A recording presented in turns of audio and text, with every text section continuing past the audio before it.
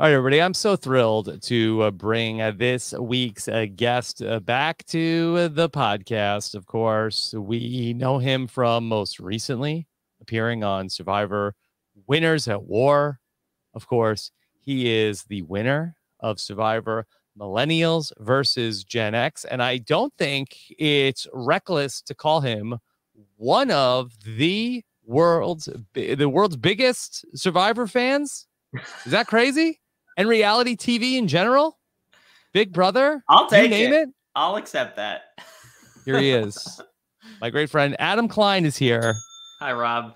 Adam, just one of the greatest guys ever. I keep hearing you say that on the podcast, and I get a big really smile mean it. every time I really you mean say it. Yeah, it's like that. I just find you to be no shade to anybody else in the 608 member Survivor community, but I just find you to be just one of the most genuine, nicest people that there is. Also, and I don't mean it as an insult in any way. Not nice like a pushover, but just just one of the greatest people around. Would you say like a gentleman? Yeah, I don't want to get you going about Kylan. Oh God. Oh man. I don't know how you're able to do this after all this Big Brother content. Ready to talk to me about Survivor as well. I don't know how you do it, Rob. It's a little bit of adrenaline still today. Started the Survivor season and the Big Brother finale. Can I talk? Is it spoiler territory for Big Brother? You can. I think that there might be some Survivor fans that are like, I don't want to hear about Big Brother, but yeah, whatever. You can give us. I'm just glad that Tiffany won America's favorite player. I don't think I've ever voted before for that. The first time I voted, and I voted every day. Yeah. Well, let me give you, I was kicking myself. I really wanted to say on the Know-It-Alls last night that David really wanted to vote for Tiffany and not to 97979, if you know what I mean. And Steven would have been like, what? Yeah, you can make that joke with me. That's great. Yeah. Zander would have if he could have. Yeah. So Adam, just give us the update. What have you been up to since Winners at War? So I moved. If you're watching the video right now, you can see my mobile home behind me. I moved to Encinitas. I live which is near San Diego. I live a block from the beach here in a trailer. So I'm technically trailer trash now. I mean, that he says that this is a trailer, and I'm looking at it, and I don't know. Maybe this is a lie. It's a Survivor Winners trailer. A Survivor Winners trailer. I mean, this looks like nicer than the apartment that I live in. It's a nice trailer. It's like probably a tiny home is a better way to think about it. Yeah. But my dad's got the one next door, and we're setting up a little compound here. Okay. It's great. And I've been doing a lot of casting coaching. I was doing keynote speaking up until basically the start of the pandemic. And I had a big gig scheduled in Dubai. I was supposed to go to Dubai and speak at a conference of 12,000 people. And it's a big launching pad. It's called $1 Million Roundtable. It's like a big launching pad for speakers internationally. And of course, all of that went virtual. Everything that I had booked went virtual. And when you stop going places, you stop getting booked for things because you don't get to meet the people and connect and exchange business cards and whatever. So I had to try to figure out what the next thing was. And I had been helping people with casting stuff, just for fun, kind of, for a long time. And I did a charity workshop last year, and it went really well. And we raised a bunch of money for charity, and I got some cool souvenirs from Survivor from it as well. And I was like, oh, this is kind of fun, and I'm good. You did you raised the money to bid on the props from Survivor that the proceeds were being donated to charity. Correct. So it was a win-win-win for everybody. It was like, and what did you get? So I went a little over budget. We raised a lot of money, and of course, I used all of that in the auction, as I said I would. But I also used quite a bit more because things went a little more expensive than I anticipated them to. But that's all right. It's a donation. It goes to like good causes, stand up to cancer and like feeding America. So I was happy to do it. Yes. So this time I got the tribal immunity idol, which is super cool. And if you're watching the video, you can see that right here. Okay. This is from Millennials vs. Gen X. I bought these when I won. But I also got what are you pointing to? Oh, so there's the urn from Millennials vs. Gen X, which also has all 10 jury votes inside. Wow. And you just keep it on your counter, like if guests come over, they're like, "Oh, what is this? Like cookies in here?"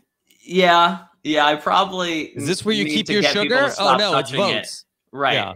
I mean, it's a small enough place that like I have an eye on everything when I have guests over. I also don't really have guests over very often. I guess that whole pandemic thing.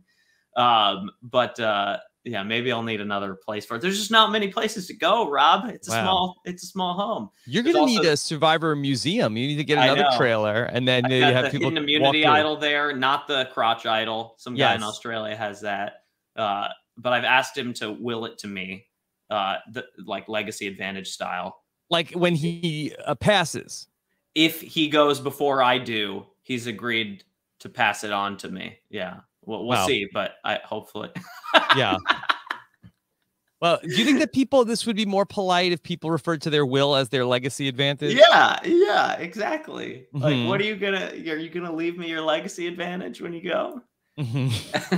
Wow. I got my torch. I got a sign that says like "Winners at War." It's right over here. Yeah, some cool stuff. Yeah. Okay. I mean, that's incredible. Did any other players from Winners at War also bid on any of their stuff? I think so. I think maybe some people got their torches. I don't remember exactly who got what.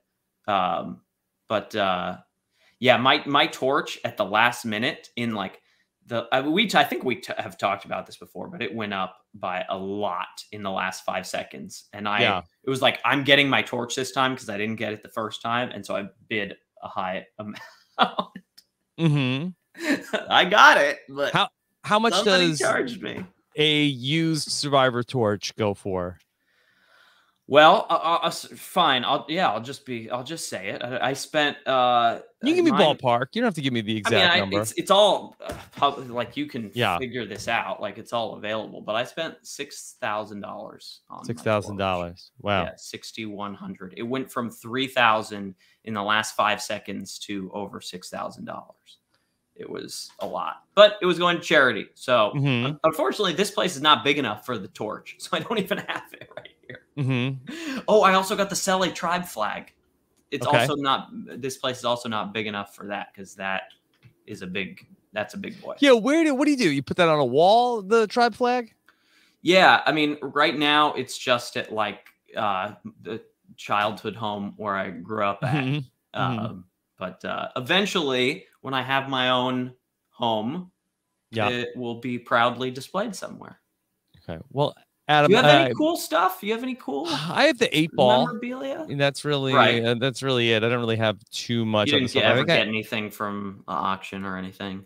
No, I never really went in for any of my Survivor memorabilia. I think those would have been really expensive back then. I'm sure. You think so? Well, yeah. I mean, like that was when it was like those things. Yeah, were probably a lot more, I would imagine, than they are now. Yeah, I mean, I didn't even think to buy. I mean, but you were the original super fan, Rob. I guess so, but I definitely did not have that kind of money to be like bidding on anything, or the means to raise the money on charity. That's true. That's true. That was not where my head was at that point in time. I would love to hear where your head is at in regards to Survivor 41, because I really respect your opinion as a Survivor historian. There's been all this talk about this new era of Survivor, and I would just love to hear your thoughts. And so, as somebody who played in the most recent season prior to this, and I also feel like that in going through, I watched all of the seasons over 2021, and I watched both Winners at War and Millennials versus Gen X, which I think was too low in the countdown. I feel like that Millennials versus Gen X was the start of an era in its own, being the first season in Fiji. And I think that there's a lot of similarities between all of the seasons between 33 and 40 that took place in Fiji. What are your thoughts with Survivor? Drop the 4, keep the 1. Well, I'm just so excited for Survivor to be back on the air. And I think we don't express enough how lucky we are to have a host and showrunner that is as excited about it as we are. I mean, there's a lot of things that people can say about the direction of the show that they don't like or whatever. But one thing you cannot take away from this production team is how much they love doing this and how much they pour their everything into it. And you cannot say that about most of these other shows that are airing, even shows that you talk about all the time, Rob. Like the love for it, I think, makes a big difference. And so I'm just so excited for it to be back. And I'm loving this season. And there are a lot of twists and advantages and whatnot. But I think that that's what Jeff was referring to when he's like, you got to outrun the monster. It's basically survive because tomorrow is a new day. And as long as everyone sort of has that same mindset, the game is going to be a little different. It's definitely way harder in this season to be able to make long-term plans. You can't think about so much about like, okay, when we merge, there's going to be 12 people. So I need at least 6, and then we're going to be golden. If we get through that first vote of the merge, now we're going to have the numbers, and then we're going to be solid. You can't count on that anymore because you have no idea how many people are going to be voting at each tribal council. So it's going to make long-term planning a lot more difficult and short-term survival a lot more important. And I think we're already seeing that play out. So that's really interesting. So you feel like that the focus of Survivor 41 is really just on the old, like a Xander adage of like anybody but me, just get me 3 more days or 2 more days, or maybe even 1 more day here in this season, and sort of put the long-term planning, the long game sort of like on the back burner. I think you kind of have to start to view it that way a little bit. And I would recommend any new players that might be going out there this next year to really consider that, because that seems to be the direction that Jeff and co are taking. And so when there are so many elements, it becomes at a certain point quite difficult to calculate all of them into your calculations. And so when it becomes that complicated, the easiest way to simplify it is to say, how do I make it through tonight? And I think we definitely saw Tiffany thinking that way last night, and encourage everybody else to do the same. Like, this is the safest play for tonight, and we'll figure out what happens next when it happens. So did you like the way that Tiffany approached this vote? Because I feel like that most people feel like that they didn't really see it from Tiffany's perspective of, Evie saw that clue. There's no way that Zander doesn't even have a vote. So he doesn't have an idol. His idol isn't working. So you're worried about nothing, but you feel like that because the game is so focused on, hey, how do I ensure 100% I'm here tomorrow, that digging in and voting for Voce was the right call? I think, well, first of all, there's so much that we don't see, and all we see is Tiffany's reasoning that she explains to everybody else for why this is the move. But that some of that could be theater. Do you know what I mean? Like, she might have a much better relationship with Xander than she does with Voce. And that could be part of the reason why she's trying to shift it in another direction. And ultimately, so that could be true. It also could be true that Evie decides to, that Evie and Leon decide to give in on this because they think that ultimately Xander, if his idol does become live, would use it to vote out Tiffany. And so there may be other reasons that we're not seeing going into this vote. And I feel like with this one, there's definitely stuff missing probably. I think what Voce says in his final words hints at a lot of it, which is that he thinks that his downfall was not getting close enough to everybody on the tribe. I think probably namely Tiffany and Liana, probably, because it seemed like he had a good relationship with Evie and Xander, obviously. Yeah. And that in these small tribes is hugely important. Sure. If you put all your eggs in one basket and you don't keep your other relationships alive, if you lose one person, you're out of the game. So I don't mind as much. Like, I've seen a lot of like, oh, this was the dumbest move ever. I don't think that we can say that just yet. I do think there's a very good chance that Xander's idol is not live the next time they have to go to a tribal council, in which case he could be an easy vote out. There's really nothing he could do about it. And I think they probably have contingency plans, each one of them in their own brain, for what they think Xander would do if his idol did become live. And maybe they want to go to a merge with Xander and they want him to have an idol, because if they're going to be a tribe in a minority, they might want a tool in their tool chest that they can use to survive as a minority tribe going into a swap or a merge.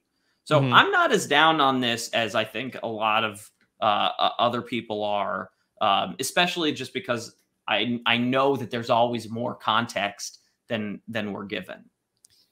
So I was thinking about your games this morning as we were getting ready to have this conversation today. And so in both your seasons, you start in a bigger tribe. Both times you start in games that have two tribes. But then in both of those games, you end up swapping to a situation where you end up in these smaller tribes. I am thinking that the Winners at War version of the small tribe that you were in might be a better example of like what's going on here with this Yasa tribe, where, okay, you sort of had like the consensus person who was kind of bossing everybody around a little bit. Okay, that person is gone. And now we're left with okay, a little bit of a scramble situation of trying to figure out like who has an advantage in this group and trying to figure out like what the advantages might be. Do you see any similarities to where you were at in Winners at War with this group? I mean, I definitely felt like I was in trouble at Yara. And because I thought Ben was like going to be my ride or die. And when I saw how close he was getting with Sophie and Sarah, it made me really nervous, because I was like, I think I'm losing my big bro ally here. I don't know that I see this as like the exact same situation. In what way do you feel like this is sort of? Well, I feel like there was a lot of talk about who has the idol and, where the idol might be. And, in terms of what the next vote out could potentially be because well, of I think these guys have a lot more information on where the idol actually is than clearly I did. I mean, I thought I knew where it was, but clearly I was wrong. I mean, I thought it was hanging on the podium. I thought when Sarah said, I don't have the idol, I was like, aha, she has access to it. Yes. She just doesn't have it yet. It's on the podium. I really thought that. Dumbass Adam strikes again. But here they have all of the information, really. They know. Also, is he going to have to say, the butterflies are coming back every time. Is he going to have to say that every time? From what I understand, that he does need to say it again. Like, we need to have like all 3 tribes say the phrase that pays to ultimately activate the idol. But I don't think they need to say it in the order. Like, I think that he has sort of like signaled, like, I have my thing. And so, like, if he hears somebody else say, like, you know, when you think about it, broccoli are really just little trees, and then somebody else is saying something else about goat on artificial turf, and like, by the way, and he could just throw his guy is going to have to talk about butterflies being dead relatives every time. He did a really good job with I thought that so too. At this one. I thought it was, I mean, people laughed because it was silly, but it didn't feel, it would not raise my spidey senses if I was out there on the island. You must have heard 30 things weirder than that on Matt chats in your Survivor career. People say that, you know, because Jeff loves his analogies and stuff. So you see a lot of, you know, and because Jeff is such a, I was just talking about this with somebody recently, that like Jeff keeps his distance from contestants, off the show as well. Sure. You know, he's not like buddy with most people that have been on the show, with a few exceptions. And we all know about that. But like, for the most part, he keeps his distance. And so even returning player seasons, people come back and there's still this like kind of, I want to impress dad, right? I want him to like me. And I remember in Millennials versus Gen X, Jeff, I wasn't there for these, but apparently he would give like Brett a hard time at the Gen X tribal councils because he wasn't like giving enough of what they loved about Brett and casting. And so when it came to the merge, Brett was like really working on his like tribal council game. And when he gets a tribal council and he like comes out firing, Jeff is like, this is the guy, you know, we cast, like, yeah, that's awesome. And Brett comes back from tribal and it doesn't even matter who went home that night. He's just like so excited that like he made Jeff happy and that like Jeff likes him again now. And like that stuff is not really seen on the show, but it's a big part of the experience. Like, how are we doing as a cast? How am I doing as a contestant? Is Jeff happy with me? Does he keep coming to me for like as a go-to person for like the interesting thing to say? And I've never really like played that game. Yeah. But did you feel that when you were out there, did you feel like that, okay, that Jeff is like feeling like I'm a go-to guy? No, not at all. I felt like Jeff was quite tough on me, actually. I remember, I mean, this isn't about like tribal council, but I remember one of the challenges, I was building there wasn't enough space on the table. And so I pulled some of my puzzle pieces on the ground so that I could try to look at it on the ground and try to figure out and make some space for myself on the puzzle table. I think this is the one where we had to roll the marble up the thing, and I ended up helping Ken win because I was so far out of it and I didn't want Dave or Jay to win. But he got so mad that I would put my puzzle pieces on the ground, and I was like, you never told us we couldn't. He was like, just play the effing game, Adam.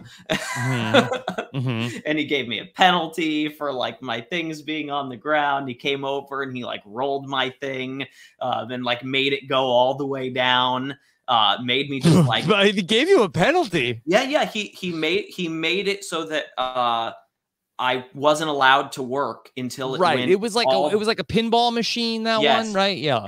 And he said, because I hadn't gotten my puzzle pieces back on the table quickly enough, he enforced a penalty on me, where he dropped it personally in the thing, and I had to watch it go all the way down before I was then allowed to continue to move my pieces back onto the table. So I had to take my own time to then put them back on the table as well. I mean, it was a total disaster, but I didn't, you know, and I guess as a super fan, I should know that. And I think this is maybe why he was so tough on me, because I'm not being out and loud and proud on Millennials vs. Gen X about being a super fan, but he knows that I am, and I guess you're supposed to know that the puzzles have to be completed on the table. You can't do them on the ground. I guess I never fully I just thought nobody had ever tried that before, I guess. I don't know. Yeah. But I really was just focused when I was out there on like winning. That really was like my didn't, I was very, very, very focused on that, especially during Millennials versus Gen X. But it matters. It is a thing. So anyway, long story short, people are probably just like, oh, he's trying to do one of those analogies or whatever. I think this is super interesting. And just in terms of like with the people that Jeff does go to, do you think, is there sort of like could it hurt your game? Yes. Like, do other people get jealous of you? Yeah. Yes, definitely. Definitely. I think one of the things that made Dave such a target, and Zeke as was they were go-to guys for Jeff. They always had the analogy. They always had, he would throw it to them like, wrap this up for me, basically. And not just at Tribal Council, but at challenges as well. And people pick up on that. And honestly, if you're trying to win, you don't want to be that guy. Nasir is going to have problems this season because he is so likable that no one's going to let him get to the end already. I mean, I forget what he said, even on the mat on the boat. Do you remember in the premiere? I feel like he said something that was that he learned to speak English from watching Survivor. And he said that, Jeff, you are my teacher and also my dictionary, I believe was what he said. And it was an incredible television moment. And it made him so likable and so rootable. And I said when I was watching that, he can't win. That's it. Like that.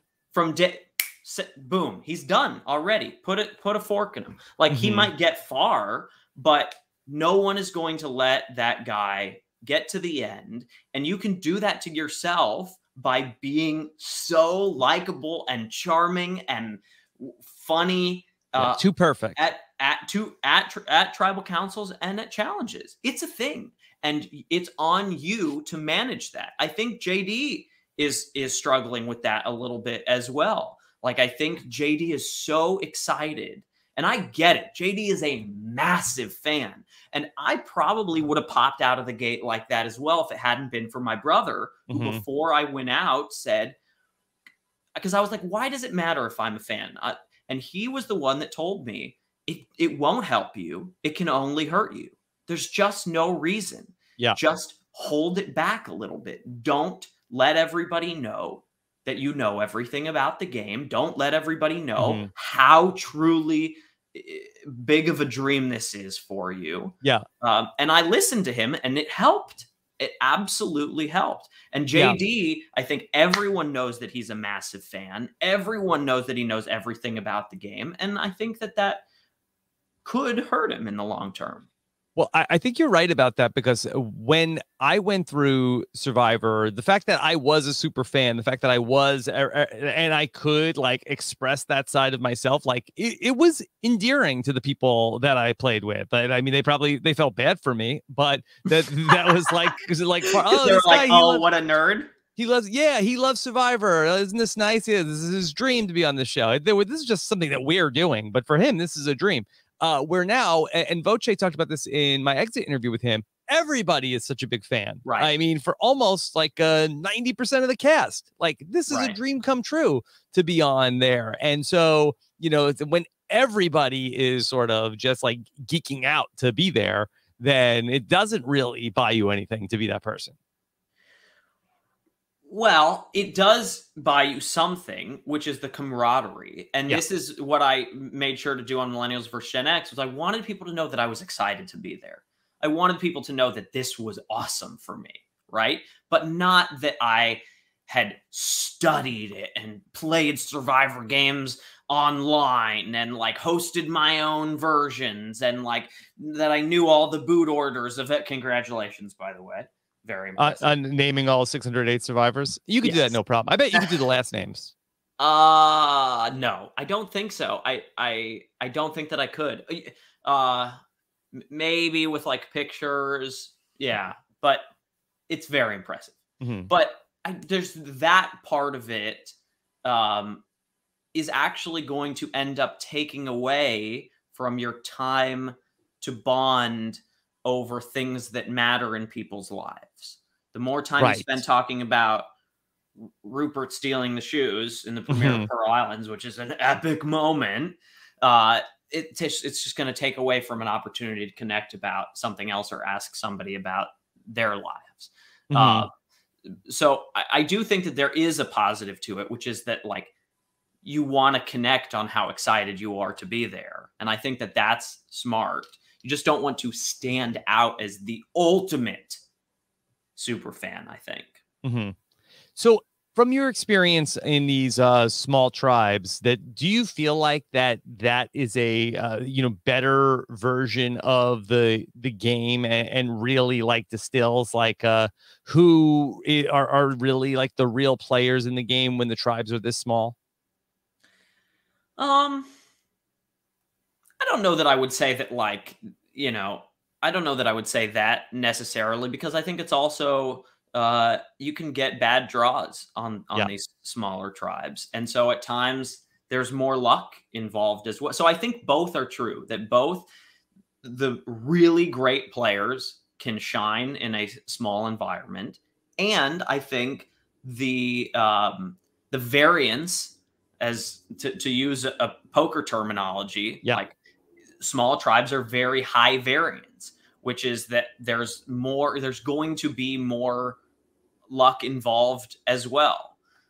So I don't know. Can I have it both ways where there's more skill involved and more luck involved? I don't know if I can have it both ways like that, but somehow I feel like that's somehow true. I agree with what you're saying. Do you like three tribes in general? Yeah, absolutely. I think that, unfortunately, I think that sometimes you miss out on some story for some of the cast. Like I think the Luvu tribe, I would love to see more happen there, but there's a bit of a kumbaya that happens until you have to vote somebody out. I would no shade to anybody on that tribe, but I would kind of like to see them lose a challenge just to so that they're forced to start really playing. And I think their tribe is going to become a lot more interesting when that happens. Right now, we just have no real sense. In the premiere, they were like, oh, Nasir is going to go home. Was he really? We don't really know. But Nasir is a big character, so it's nice for us to think that he's going to make a big comeback, right? And now it's like, now Nasir is safe. But that's all we really know.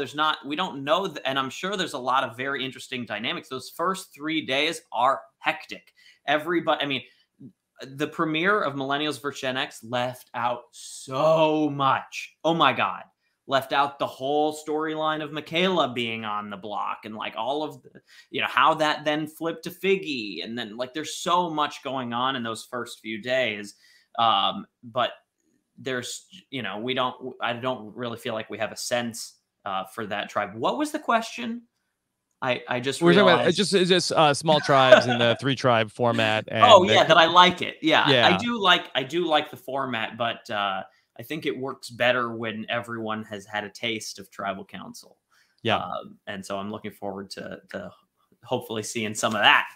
I want to get your take on Evie going to the shipwreck island with Deshawn, and Evie's idea I want to give some information to Deshawn to sort of establish trust. And I do feel like, in thinking about your Survivor resume, I do feel like that this is something that you have done in the past, whether it's, telling people about that. Oh, I have the reward steal, or this is, I think that there's an idol at tribal council, or, here's, Boston Rob, here's what the plan is going to be tonight, but I can help you. Maybe that's a little bit different. That one was a big mistake. Look, but I'm done. So let's talk about Evie. And the idea to, let me give some information to Deshawn. And it's not all information about me, but it's something that Deshawn can use.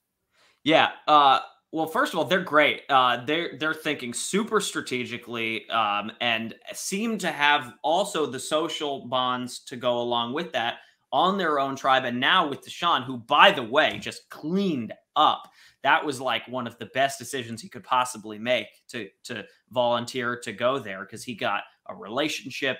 He got information, really valuable information, and now he's going to have an extra vote on top of it.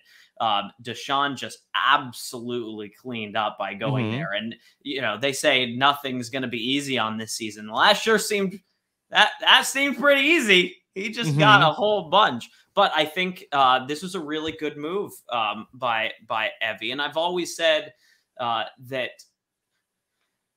And now you can sort of call this into question after seeing how it worked with Boston Rob, but I do still stand by that, like, truths are more powerful than lies on Survivor. You should try to lie as little as possible and tell the truth as much as possible, especially early on when it's all about building long-term, hopefully, relationships. And you want to be seen as someone trustworthy.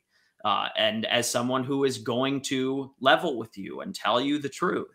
Now, revealing other people's secrets is a little more sketchy, because it does call into question, like, if I share something with you, are you then going to go and reveal that to somebody else? Sure.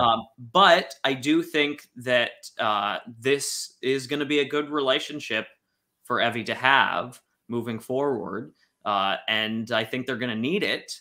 And so it's yeah, I think this was really well played all around. Did you feel like, was it too much information? Is there sort of like no. In this case, I think it was important, because I think they see the Yase. I think it's spelled it's spelled Yase, but it's pronounced, but I think they pronounce Yasa. Yasa, yeah. They're gonna have some trouble, and I think that Evie and potentially Liana are in a position where they're like, we don't really mind voting out physical strength here, because it's going to be us left at the end of this. If it really goes badly, we are going to be okay. And if we can win enough challenges to keep somebody like Tiffany, who, by the way, is my pregame winner pick. And I think people are really sour on her after this episode, but not me. Yes, I had seen, I'd gone through the Survivor Instagram page, and I saw you were commenting on her video in the preseason. I think she's fantastic. And I just from that interview in the preseason interviews, I was like, I think she's going to bond really well with the younger people here. And when I saw Liana kiss her on the forehead, I was like, yes. Yes, because that is you don't kiss everybody on the forehead. Like, that is like I love you. You're going to be okay. I've got you. Like, if somebody kissed me on the forehead and then voted me out that night, they would be the ultimate mafia pastor. Like, that would be like ultimate mafia pastor. I feel like that, I don't know, that maybe something a mafia pastor would do. But that would definitely makes it seem like they are super tight. And so if they can get out of this tribe with all three of them together, that's going to be a really good, strong, I think, group. And so I think they're willing to lose again. And so everyone's like, you're going to keep losing. But I think they're sort of prepared for that possibility. Yeah. Well, and I think that's reasonable. If you're in a good spot on a small tribe, you're able to take it down to the nuts and bolts. If you're the Malcolm and Denise in a small tribe, right. You're, right. And especially if one of the people on your tribe isn't allowed to vote, It's hard, going to be hard for them to maneuver around that. Now, if that idol becomes live, it's a whole different story. But I think you got to take some gambles in the game. You got to take some risks, and I think this is an appropriate one. Can we just walk through the decision tree of basically, because I feel like that when this was the choice to vote out Voce, but I think that then you have to sort of like be prepared to like make these next decisions going forward from this. Now, from what I understand from Voce in his exit interview, Evie had about 5 minutes after getting back from the shipwreck island to going to tribal council. Tiffany is 5 minutes. That's what he said. Oh my God. And wow, Tiffany they did not make that clear on the show. Tiffany is really dead set on, okay, it can't be Xander. It has to be Voce. His opinion was that it was just not enough time to sort of like talk some sense into Tiffany. So for there also must have been something about the relationship between him and Tiffany. He said he had a very good relationship with Tiffany. Really? Okay. They were like island husband and wife. And again, that's he was great, by the way. Yes. I mean, his confessionals were really good. Like that confessional about going back and forth. Now I'm the idiot, like going back and forth and back and forth. I just thought, yeah, he had a lot to offer. So it's too bad that he's gone. But this whole cast is really fun. Yeah. But for Evie and for Liana, so you agree with the decision to take out Voce there instead of Tiffany or Xander? Definitely instead of Tiffany. I think there's a question mark in terms of which is the better call, Xander or Voce. And I think that from our perspective, it probably does look like voting out Xander is actually probably the safer move here. But I just feel like there's more to this somehow. I don't know. Maybe I just have a lot of faith in my winner pick, and I feel like there's more to it than just, well, what if the idol is live? But if we're just judging off of the show and what we're seeing, there wasn't. I mean, Evie knew from having seen the paper that there wasn't really any risk that idol was live. She saw the real thing. And so I think it would have been totally safe for Tiffany to vote. Not totally safe, but like safe enough to vote for. I mean, Voce could have had an idol too by that same argument. Yeah, Adam, could you say to Tiffany, if you're Evie and Liana, like, look, okay, we have to take out Xander here. If you're uncomfortable, you put your vote on Voce. Okay, they play an idol. Now it's 1-1, and Xander can't vote. It's going to be 1-1. We'll break the tie. We'll send home Voce. So I watched this episode with my dad last night, and I paused it as Liana and Evie were coming back from talking to Tiffany. They said, well, the other option is, and then you hear Tiff, and that's right before tribal council, right? I paused it and I said, Frankenbit. I thought that was, and I'm assuming most of your audience knows what Frankenbiting is, but it's when they selectively edit things to make it sound like somebody said something that they maybe didn't say in that exact moment. And I thought that was Frankenbit there. One, because I can sometimes hear it in the audio. And two, they didn't appear to be considering voting out Tiffany at all. So what I paused it and I said, I think what's happening here, if I had to guess, what are they actually talking about is Evie saying something like, well, the other option is we vote for Xander, and we split the votes, basically. We vote for exactly what you just suggested. We vote for Xander. Tiffany votes for Voce. Voce can vote for Tiffany. And then if something happens, it's going to be a tie, and we can revote and vote out Voce. And that's, if I had to guess, probably what maybe what they were potentially talking about there. I have to imagine that they considered this possibility. And they probably decided not to do it because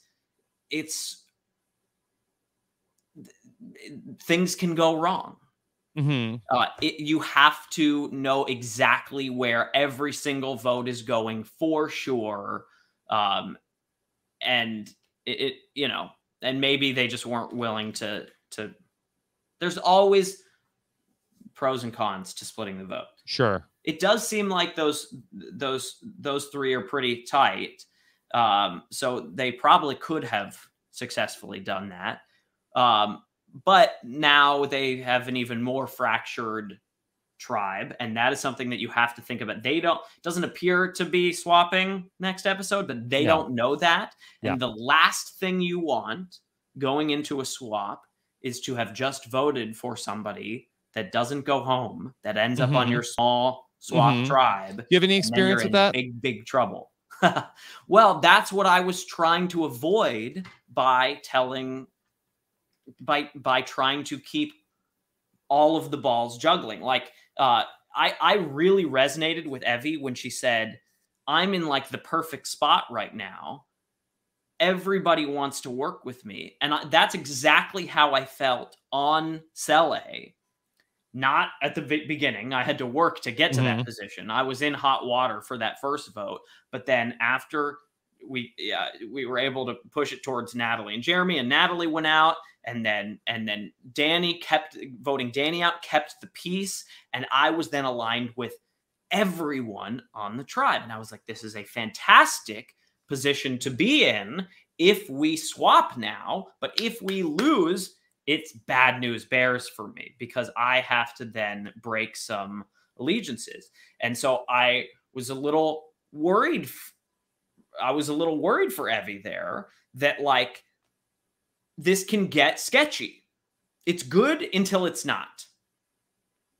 Right? When you're this early on and you have to break somebody's trust, it's worth a lot to try to keep everybody's trust. And my suspicion is that Evie and Liana may have figured out a way to do that. And that's maybe why they were okay with actually voting Voce, because Xander did not appear to be that blindsided. I think Xander may have think they told him known that this was going to happen.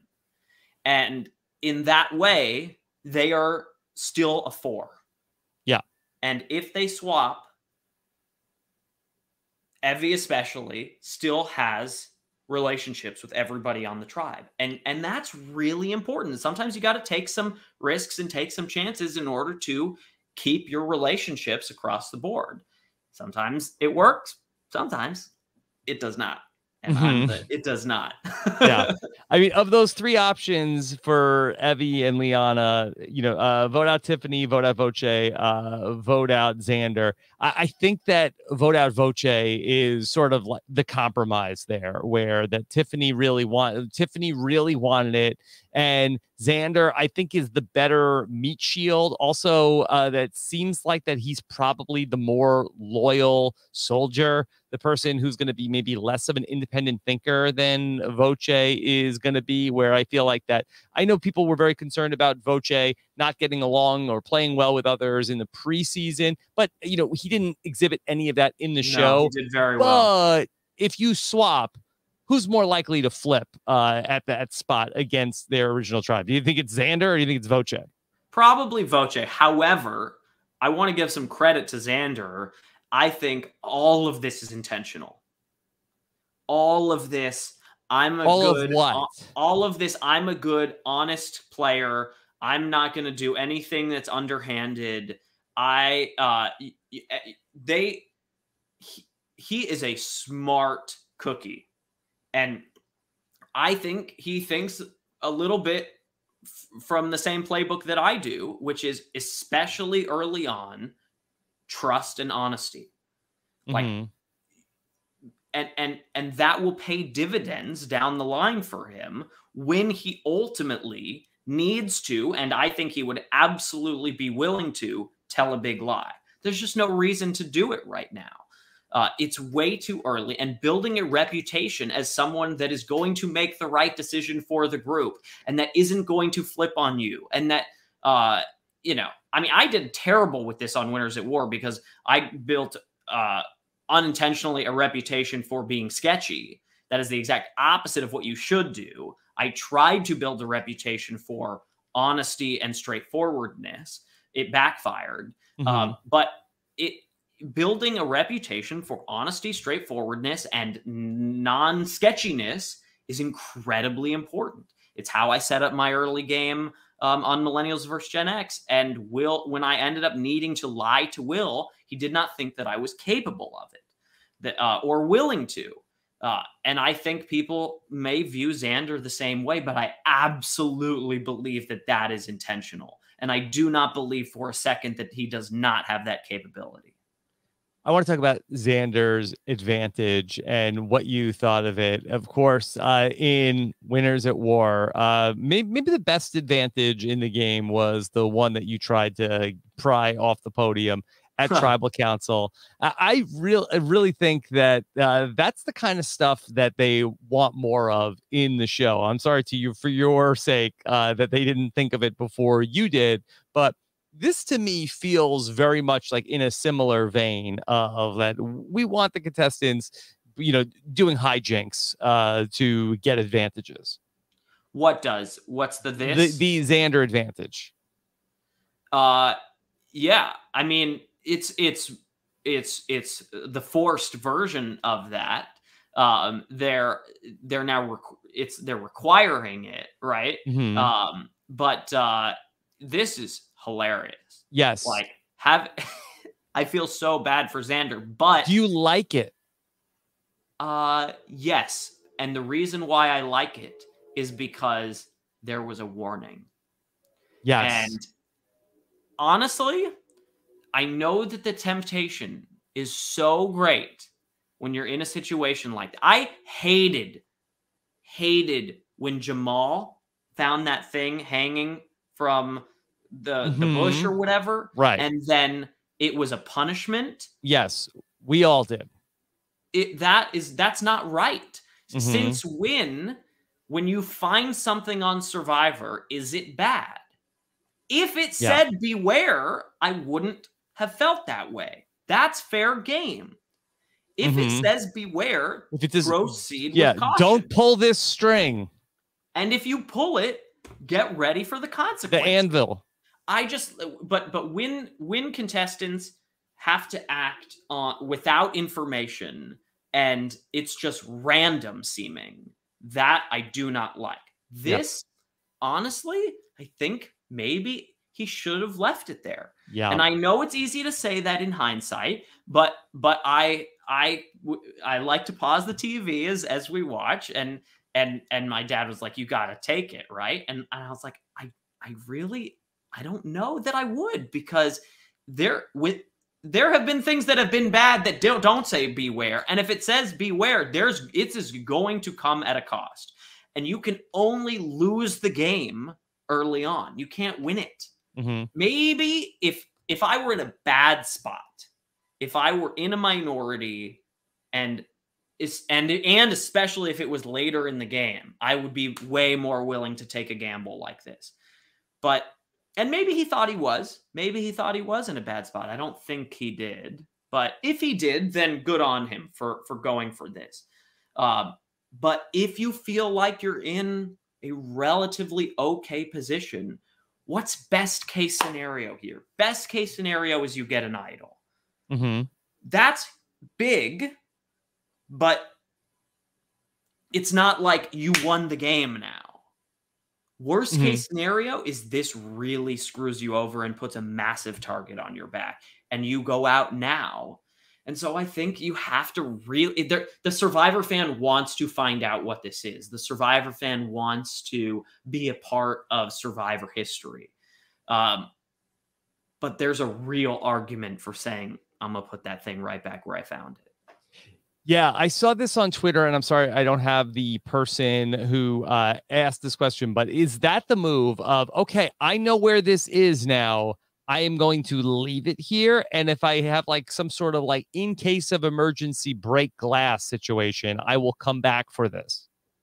That's the play, I think. I think you it's good to know that it's there. It's good to keep an eye on it to make sure that it's still there. It's something that you have in your arsenal to either go get it or to tell somebody else about. Mm-hmm. So there's options, even if you decide to put it back. Look, I get it. I get why the temptation is just too great. But he's got to know that, like, having already gone to the first summit and being a physical and smart guy, there's going to be a little bit of a target on his back. And the more you build that up, especially this early, the harder it may be in the long term to actually make it all the way to the end. It might be a little too early to raise your threat level this much, even if it is just going to be a good thing for you. Mm-hmm. I know that it's easy to say as a Monday morning quarterback. So, I can't knock this decision too much, but you really have to think about it if it says, like, don't touch or beware, I totally agree. It's so hard, especially when the game is like the monster. You have to, keep moving. Don't think, just outrun the monster. You got to do it. I kind of feel like it's hard not to, even though, right. Me personally, as a player, I think it would be very wary of this because that's how I am with everything. Are you a cautious guy, Rob? I think so. I mean, I talked about last week about how I think I would have a hard time turning my wheel for the risk of vote on that first time out for everybody. Do you think that was even a decision for players? Yeah, of course. Yeah, that's a tough call. This time it was easy for both of them. Oh, sure. Very easy for both of them.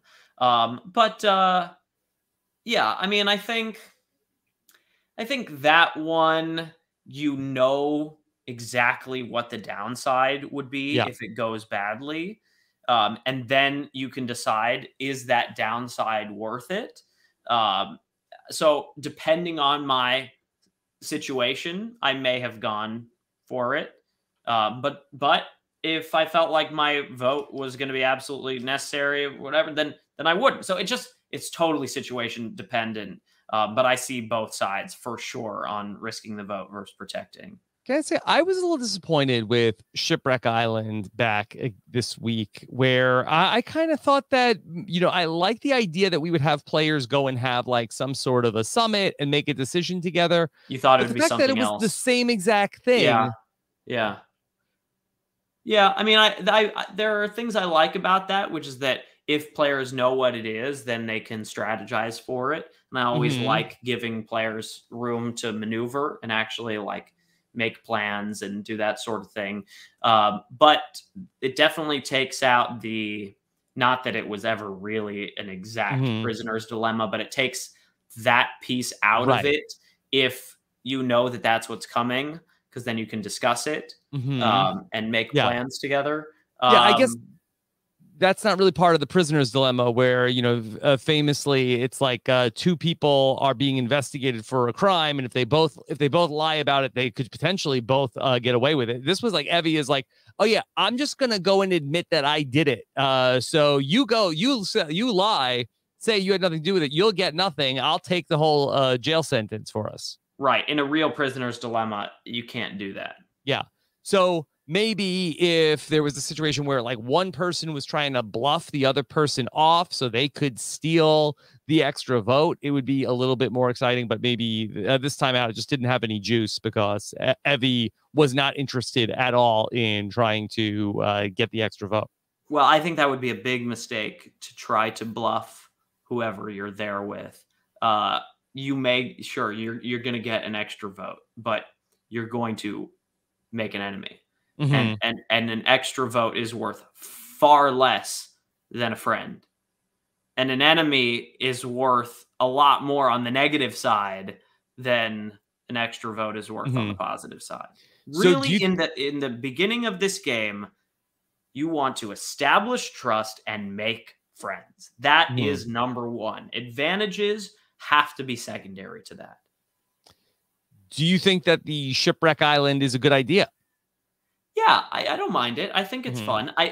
You know, anything that allows players the opportunity to play. What I do not like is when twists come like completely out of the blue, where there's no room to maneuver, such as surprise Final Four fire making. Still one of the most ridiculous things, like that. I won't go off on that. Everyone knows hey, we've already done that podcast. Remember, right. remember the day after the Heroes versus Healers versus Hustlers finale, and you came to my house with Josh Wigler. Was I on that? Oh my God, that was me. Look Yeah. at that. How do you remember that? I mean, how many times does Adam Klein come to my house and do a podcast? Look, I remember going to your house, but how do you remember exactly, specifically what? That was why you wanted to come, because you were so worked up about the Final Four fire making. I just, it blows my mind that you have that kind of encyclopedic knowledge of. You have like hundreds of guests over the years. Anyway, that's very impressive. Yeah, but yeah, I was fired up. Yeah, no pun intended. Yeah. No. Yeah. Or was it intended? No, it wasn't. Yeah. It actually wasn't. So I can say that with honesty. Adam, I would love to get your take on, we didn't really talk about Brad last night and everything that was going on at the Uwa tribe. And that was a really fun scene. And I would just love to get your take on, you know, it was great television. It was great theater. Yes. But for Brad to do this, this was wild, right? Yeah. Well, unfortunately, I think this was in retrospect, a big mistake. And one is he didn't really glean anything. We didn't glean anything on the television screen from it. He didn't appear to glean anything really valuable from that conversation. And his biggest strength, I think, up until this point, is Brad is solid. Brad is going to say what he thinks. Brad is going to not be a sketchy component in this game. It's not going to, you again, I can't overstate how important it is early on to establish that you are trustworthy and straightforward and going to be reliable moving forward. And I think what Shan said, and I think is going to be a really reliable narrator. I'm assuming that she's going to be in this game for the long haul. They've definitely set her up to be one of the biggest characters of this season. And she is going to be, I think, a lot of fun to watch. And we've set up that she is going to be willing to cut people. Now, of course, Brad's not watching the show. He doesn't hear all the confessionals. He doesn't hear the music. He doesn't hear the music. So maybe he thinks that he's just super solid with her, and nothing's going to change that. But this confessional from Shan is really bad news for Brad, of her even just starting to think, well, maybe this guy is not so straightforward and not so easy to manipulate. Or you want people to think that you're going to be easy to manipulate. You want people to think that you're just going to go along with their plan. And by showing how aggressively he's actually playing, when in the previous episode, he, whether by design or not, did a lot to show that he's not that guy. Look, I'm telling you exactly. I'm voting for you or you. Like, it could have got him sent home that night, but because it didn't, it meant that they liked that they know what to predict from him. So him doing this is I think, especially with the hindsight of being able to watch the television show and seeing the death knells potentially starting to ring for Brad, this is not a good sign for him. So I know you played in a season with Tony, and I remember Tony highlighting that at the final tribal council to you specifically. I believe he said like, oh, Adam, you're going to love this. I was up in the tree. I had a spy nest. Did you ever do any spying when you were on Survivor? Did you ever, or at least eavesdropping in terms of like something other players were saying? No, I didn't. And maybe I should have, especially when I was in more trouble, maybe to try to find some actual evidence that I can use to get people to turn against Sarah, for instance, when I know it's in their best interest, but they don't know yet that it's in their best interest, even though it did turn out to be in their best interest, and they probably should have voted out Sarah. But that kind of ammunition can be really helpful. But my normal mentality is don't sketch people out, especially because coming into Winners at War, everybody knows I'm the big super fan. I can't hide that anymore. Yeah. And you can play yourself out really quickly if people, think that you're sketchy. So I never did anything like that, but I love watching it as a fan. And my brother, especially, his favorite player is Tony.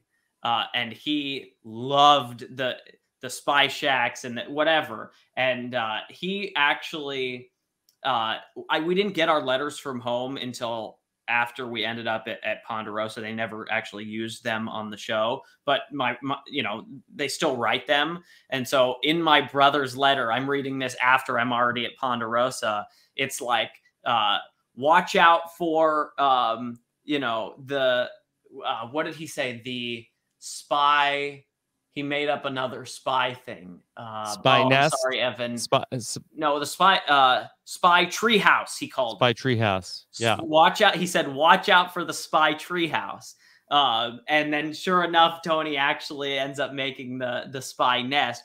And the first day that I met Tony after the merge, I remember sitting with him on the bench, and I said, "All right, Tony, what is it this time? Come on, what's the next iteration?" We're like, we've done the spy shack, we've done the spy bunker. What is it this time? He's like, "No, I'm not doing that anymore. Done with that. Like, that didn't work out for me last time." And I was like, "Come on, Tony. What about the spy submarine?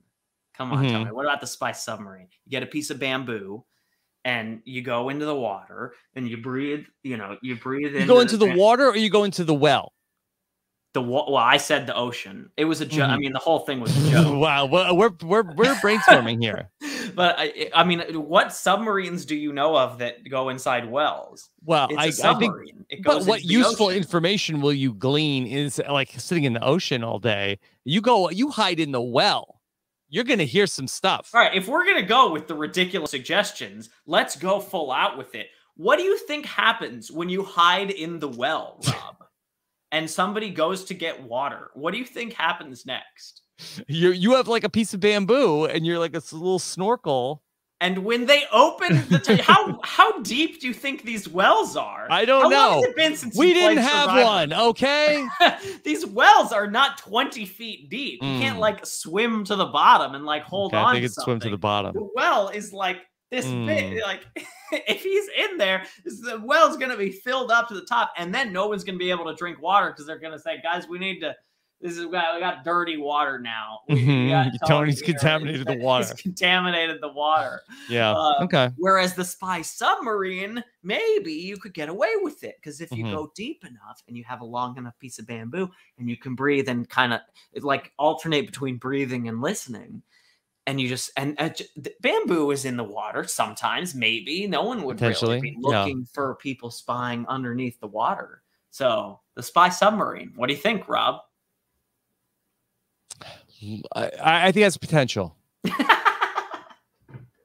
Anyway, Tony didn't go for it. I don't know how I didn't come up with the spy nest or the spy treehouse, but sure enough. So yeah, that's why Tony called that out. He knew I would appreciate that, and he knew that my brother would. And Tony's so good at this; he knows how to play to even at Final Tribal. Like if he can make some reference to like my brother, he knows that that's gonna like be good for like how I feel about him, and like he listens and remembers, and like he's playing, he's still playing the game. Yeah. But yeah, I love that stuff. I'm just saying I've watched all these seasons this year, and I feel like the connective tissue between the two players that have been two-time winners hide in the bushes and listen to people. Yeah. I feel like that's, you know, make the epic handshake meme. I think we're going to see a lot more of that. Spying in the bushes. Yeah, for sure. For sure. Look, I think in retrospect, it's probably a component that's missing from my game. I'd never really even considered doing it. And I think if I had, maybe I would have found more opportunities to glean some important information. So I think all the credit to these guys for like trying to go out and do that. And it's a lot of fun to watch. So new players go and spy all the time. And Sandra really got like, people, you know, like you mentioned, like Sandra did it too. People always talk about Tony's spy stuff, but like Sandra got some really important information from that in the Pearl Islands, where she was able to clue in T to the fact that these guys were that like Burton and Johnny Fairplay were scheming and plotting against her, right? Yeah. And that was huge. I mean, that might have been a game-winning move potentially. So at the right moment, whew, really, really powerful. Yeah. Probably better to do later on in the game, though. Even Rob and Sandra have a spy booth at Tribal Council. Well, one of the few things people are like, oh, Island of the Idols. That was great. I love that. Why don't these? Why didn't I think of that? I should have made a spy booth at Tribal Council. I should have done that. Dang it. Yeah. That's what Brad should do next. Yeah, maybe the jury should be in a spy booth. So that they can't react? Yeah, they don't. Maybe the players won't know they're being observed. Like, oh, there's no jury this season. Well, I mean, I like the jury being there because good players get an advantage from that. You can, if you're paying attention, there's a lot you can learn from looking at the jury. And it still, to this day, blows my mind how few people take advantage of that. Even on a winter season, I couldn't believe that people weren't taking more advantage of the jury's right there. How so? How so? How do you do that? How do you take advantage of it? Yeah. You just watch. You just look at them. What are you watching for? Like what are they lighting up about? Reactions. I want to know exactly what the jury thinks about the people that are still in the game. And this goes back to what we were talking about earlier with like the Jeff of it all. The like aura of Jeff, and like you want to make Jeff, and there's a lot of pressure at Tribal Council, and most people are only thinking about how do I answer Jeff's questions in a way that gets him off my back and and doesn't reveal my game plan, and how do I make sure I'm going to be on the right side of the numbers tonight and not going home. But there is a third component, and it is pay attention. Like people just look at Jeff way too much. Just look at the jury every once in a while, especially if somebody's saying something that might garner a reaction. I want to know exactly how everybody's responding to that. Yeah. And if you're a jury member, especially one that's still in the game, such as on an edge of extinction or something, you better keep that to yourself. If you are rooting for somebody and you make it clear, you're putting a target on their back. So zip it. So on both sides, I think people are still 41 seasons in misplaying this part of the game. So I got in trouble. If the Spy Shack is the next iteration, and now everybody realizes that that's a good strategy. How about paying attention to the jury? I got in trouble in the Amazon for paying too much attention to the jury because I think I was overdoing it, where that I was like, looking to the jury and like nodding to the jury. And Jeff said to me, Rob, I swear to God, you look at the jury one more time, like you're going out of here tonight. It's like, all right, got it. Oh, wow. Got it, Jeff. Got it. But it just so happened that this was also the day of we had the final 4 challenge of my season, which was a blindfold maze. And when they did the blindfold, I think I got something in my eye. and I was having a lot of problems. And so at tribal council, the same tribal council, this started acting up, and all of a sudden I'm like trying to get this, like I'm having like an issue with my eye, and Jeff has just yelled at me about doing like over acknowledging to the jury, and he called me out and he said, "You're winking." I see. I'm like, no. See, I swear to God, I'm having an issue. Like, ask the doctors. Ask the doctors. See, this is why Jenna voted you out. Jeff set you up. Yeah, that was Jeff still the next night. You out. Yeah, but now Jeff is tougher on the jury. Yeah. Well, at least that's what it was in Millennials versus Gen X. Because when I called out the jury at one point and I said, "Look at how they're reacting to what Dave just said." Mm-hmm. I think I've said this on this podcast before, but he turned to the jury and he was like, he's like, "Adam, that's funny you say that they're reacting, because I told the jury before they came in here that if they so much as move a muscle, I will kick their ass back to Big Brother so quickly they won't know what hit them." Wow. I love that line. That's my favorite Jeff Probst line. Mm-hmm. It just shows the disdain he has for Big Brother. It shows the everything.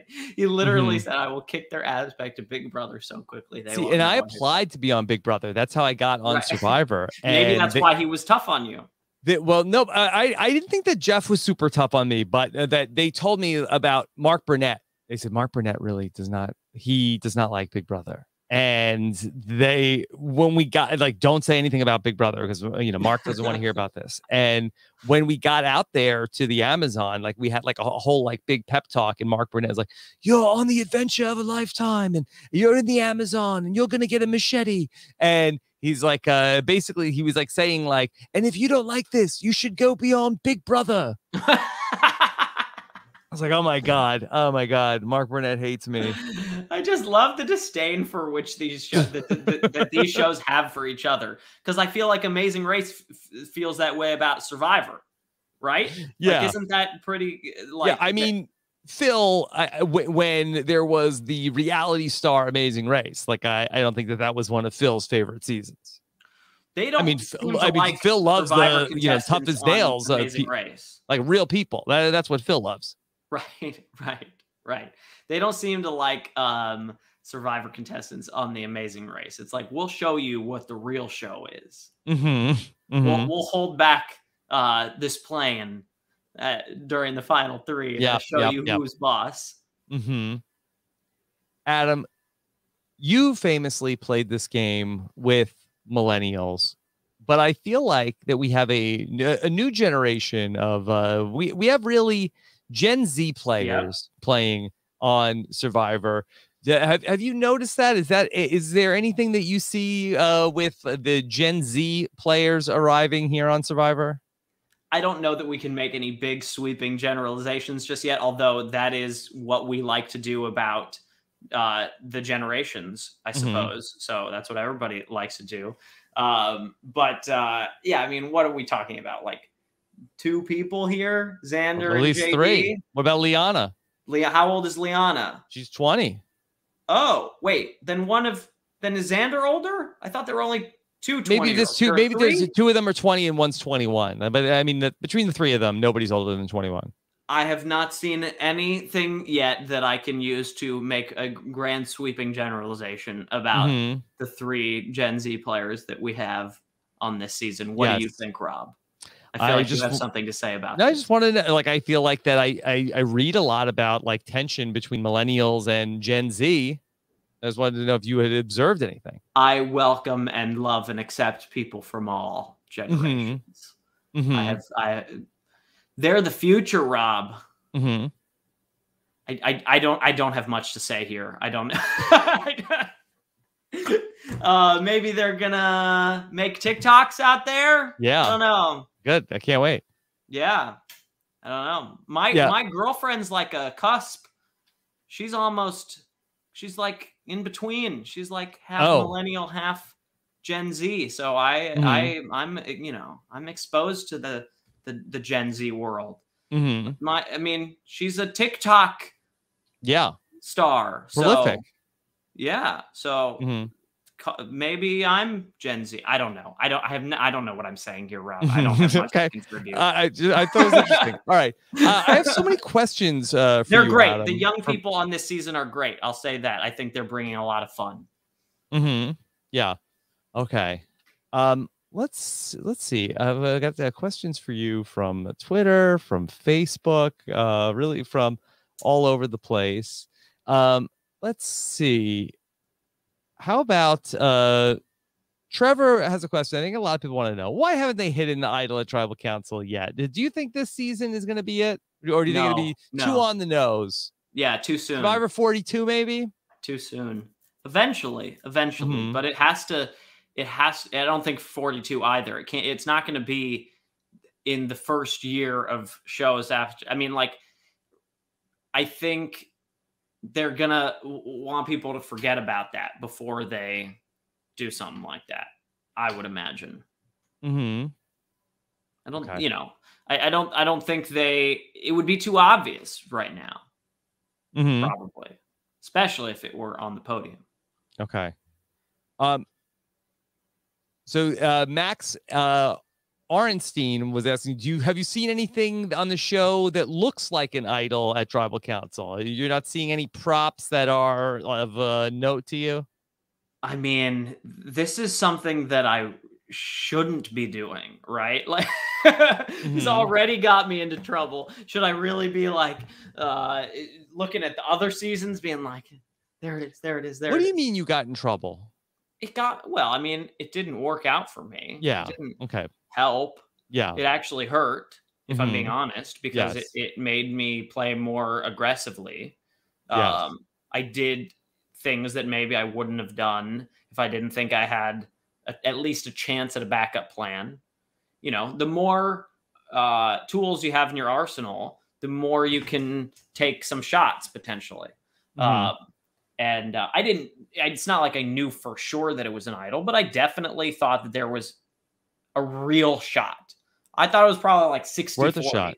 If I'm being honest, that like 60, it was something. Yes. Yeah. Adam, we have the new twist, the shot in the dark advantage here. And I feel like I would have played that for sure. Yes, but I feel like that was this named at all for that you famously said it was worth a shot. And now we have the shot in the dark idol. I mean, that's giving me a lot of credit. I'm gonna say no. Probably. Do you like the shot in the dark idol? Yeah, I think it's fun. Fun. Plus, it gives the show room to maneuver. And what I mean by that is the show always has to set up a this or that. This person's going to go home or that person's going to go home. And sometimes there isn't really much of that. Every once in a while, not often, but every once in a while, there's a pretty cut and dry decision. And there have been a few instances in the history of Survivor, and probably more often in like international Survivor. Like there were definitely some episodes on the South African version of Survivor this year that did this, where as an audience, we pretty much knew who was going home. And the show sort of allows that to happen and makes other things besides the suspense of who is going to go home, the drama of the episode. And I like that. It doesn't always have to be like, this person's going to go home or that person's going to go home. But the show really likes for the audience not to know what's going to happen going into Tribal Council. When I say this gives the show room, I mean, from a production standpoint, you now have the ability to craft the edit of the episode that's like, yeah, this person is on the chopping block. But something can still happen. And even though they don't have an idol and they don't have the numbers, they still got their shot in the dark. And so there's still always going to be some element of suspense going into the reading of the votes, regardless of how obvious the vote may be. Yes. So that allows them to do other things editorially. I think that's going to be fun. I think that's great. How How burned would you be, though, to lose the game on somebody pulling the shot in the dark advantage? I would be very upset. but this is part of the game. They all know it, thank God. It's not a surprise thing. Everyone knows exactly how this works, right? Well, except for the audience. But I'm assuming that the players know exactly how this works. Yeah. And you have to plan for that.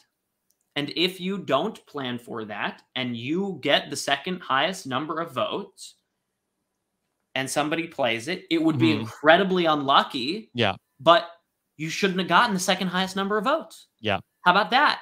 You know what I mean? Like, yeah, it's like idled out, but it's like as you feel like, really? Yeah, it would be awful. It would be like it would super suck if that happened to me or whoever that, person is that it happens to. But it's part of the game, and now you got a story maybe for redemption. Yeah. I don't know. I still think Jessica Lewis is more burned than anybody might be from this. Yeah. And I hope she still gets another shot at that, because that easily could have been me. Yeah. Because how many people drew the rock that night? 7? No.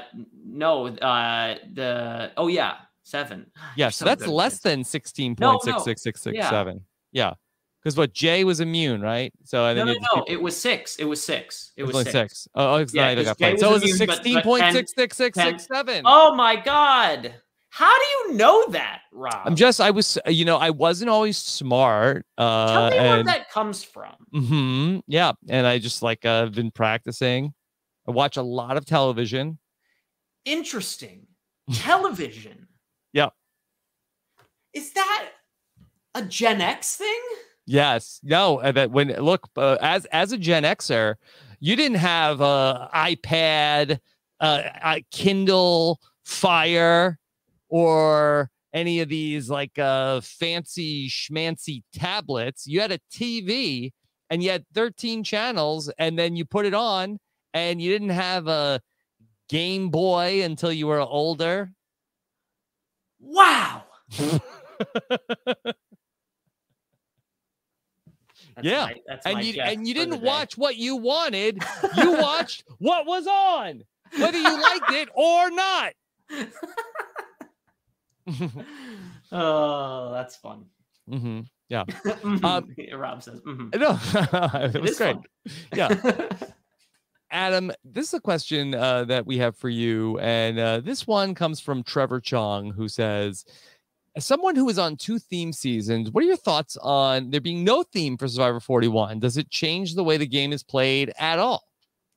Well, let's talk about it from a casting perspective. First of all, I think it's fantastic, because now you just get the 18 or 20 best people that are going to work together in interesting ways. And you don't worry so much about, we need a firefighter for Heroes, Healers, Hustlers. You know what I mean? They don't have to call every fire station in the nation to find somebody, which is basically pretty much. Well, we got this one guy, JP. No, I know, because they were reaching out, anybody know any firefighters? You don't need to do that anymore. So they don't have to recruit in that same way, and they can just cast the best, most dynamic fans that they can find. So I love it from a casting perspective. I don't think I'm going to miss it. I think it's a good idea for a new era. I think this is a good production decision. Definitely. Speaking of a new era, Jeff Probst recently said with Dalton Ross that he doesn't foresee any of the players from the original era of Survivor coming back anytime in the foreseeable future. What do you think about that decision? I think that maybe he doesn't actually mean I think they're still going to bring back people. There's no way that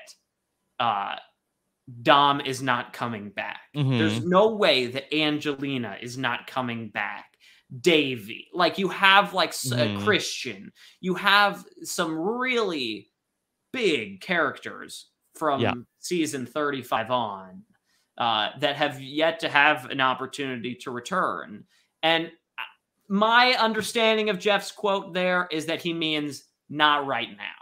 Like, this is not today per se. Not today, but I don't think he's really ruling out. Maybe not tomorrow either, but the day after.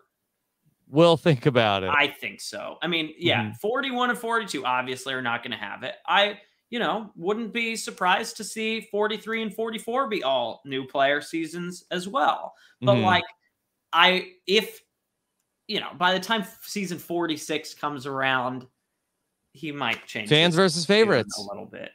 I don't know that we need that again. 16, 26, however, 46. If you were to cast actual fans for once, 36 had Eric Reichenbach's necklace. There you go. If you were to actually cast fans for a fans versus favorite season, I think it would be better. Don't recruit your whole fans tribe. Okay. That's just my unsolicited good thought piece of advice for production who knows what they're doing. They know what they're doing. Let me tell them what to do, but maybe for a fans tribe, you cast some fans. Adam, what do you think of Jeff breaking the fourth wall? I like it at times. I do not like it before tribal council. I don't know why what is it? What is something that I always talk about when I work with people for like casting help stuff is what is the point? Why are we talking about this here? Are you just saying this happened and this happened and this happened and this happened and this happened in your life because you want to tell your whole story?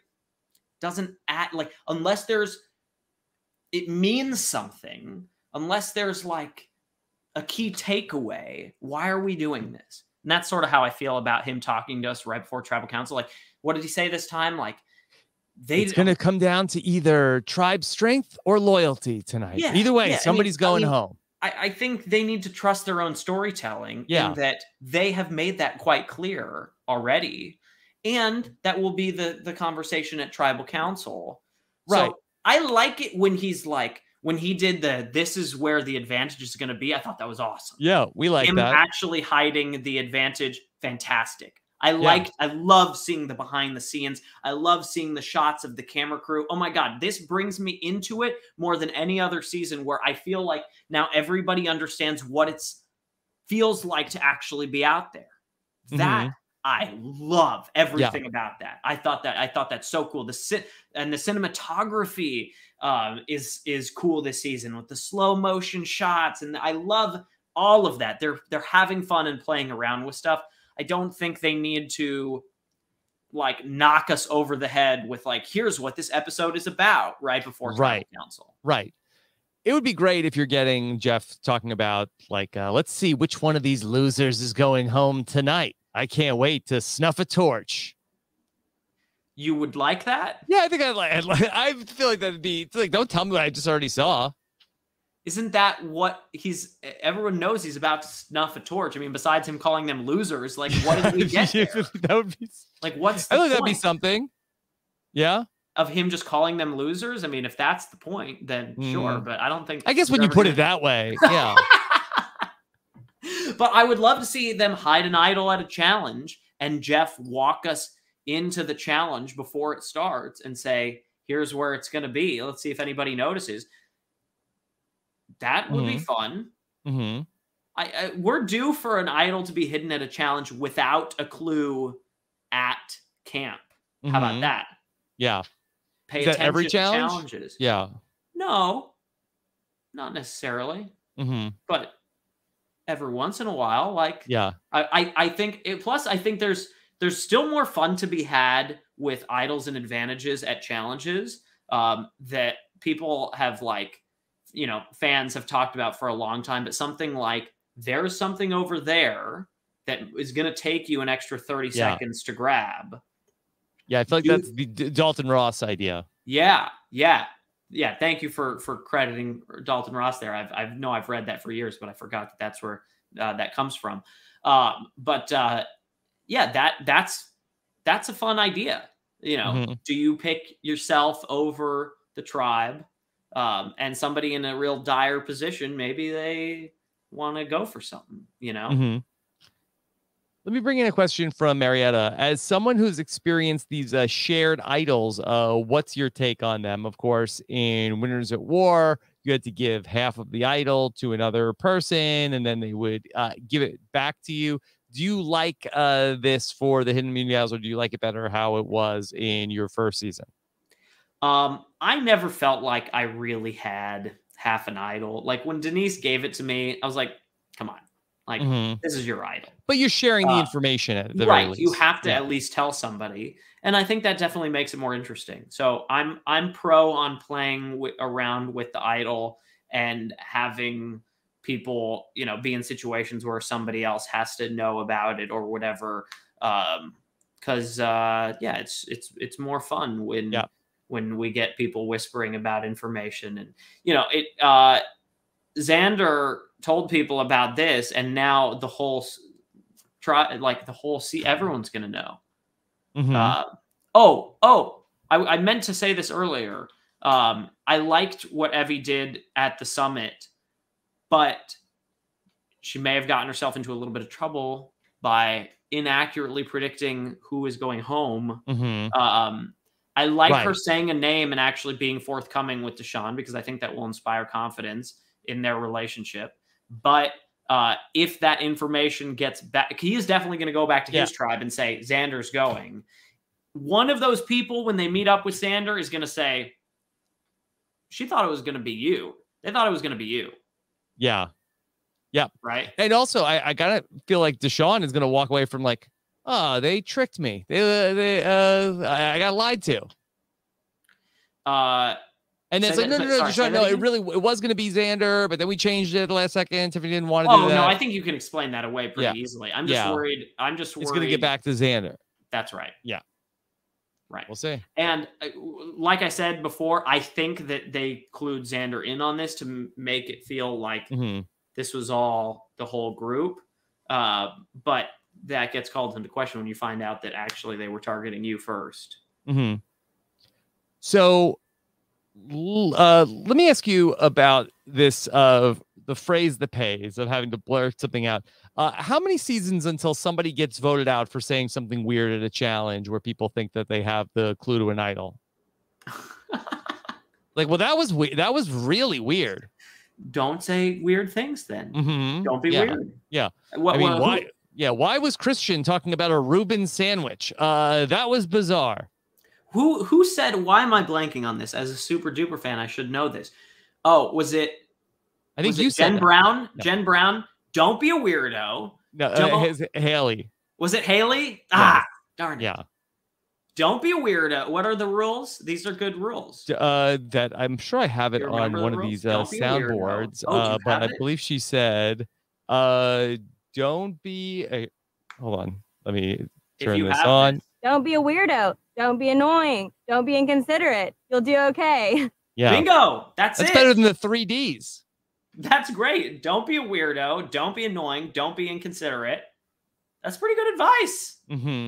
Haley Ford bringing in she had no idea who I was when I met her at the Game Changer finale. Don't think she watches the show. She may not be a super duper fan. Yeah. Maybe she understands it. Yeah. Okay. How about a question from Rudy Moser? Put on your producer hat. Come up with a phrase that is equally as batty as one of the 3 phrases mentioned. Do you have anything? Oh, this is fun. Well, I wish I could have prepared for this a little bit. I'm on the spot. Can we go? I think it would be fun to go with like a movie quote here. Like, life is like a box of chocolates. You never know what you're going to get. I almost feel like that's kind of on the nose, where I feel like that somebody could say that and then it ends up like not being that, like nobody would even like bat an eyebrow. True. Okay. So it's got to be weirder. It's got to be weirder. Like, these are not the droids you're looking for. Oh my God, that would be tough. It's like, wait, what? Something about the rains. Something about the rains. After the rains come, the plains get greener. Yeah. I don't know. Maybe something like that. Yeah, I feel like that's very like coachy. Yeah. So does that work? I mean, I think it works. I don't know if it's absurd enough. Dang it! Dang it! Okay, we'll keep. Well, we just said don't be weird, and now I have to be weird, so it's tough. Yeah, I have the don't be weird stuck in my head. Okay. Amanda Rorsch wants to ask, will Zander never vote again until the merge? Won't these people find out who has the advantage, get discovered, and get voted out immediately? So Stephen and I were talking about this last night, and we were wondering, well, did Zander potentially lose his idol for the rest of the game? And we're wondering, like, well, could you potentially take the other idols out of play and also take the votes away from people who open the Beware advantage if you voted out Zander, but it's only until the merge? Right. I saw that on the paper. I looked at the paper. And yeah, he gets his vote back at the merge, no matter what. But if it hasn't been activated yet, then the idol is dead. But if he gets voted out, can these idols be activated? That's what I want to know. I don't know. And could somebody say the phrase that pays if they know it and not have possession of that idol or the paper? I don't think so. Okay. I think you have to have found it. Yeah. Okay. It doesn't say you can give it to somebody else. Evie can't say, hey, sometimes I just think that butterflies are my dead relatives talking to me, even if Zander is voted out. It's a great question. I don't think so, but I like don't know. If Deshaun is like, hey, I got the hookup. If he gets voted out, the other two should still be able to be activated. It's wild to me that they have to say it all at the same challenge. That is wild. He's going to seem like such a spaz when he says that again. Yeah. There should be a way to do this that doesn't make it so obvious that you're up to something. You know? I don't know.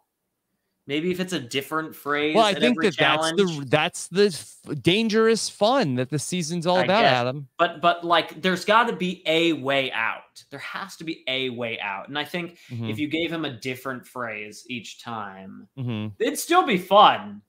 Because then people would be like, what is this? Like, you know what I mean? That, I think, actually would be more fun. That's what I would do. I would make it a different phrase every time.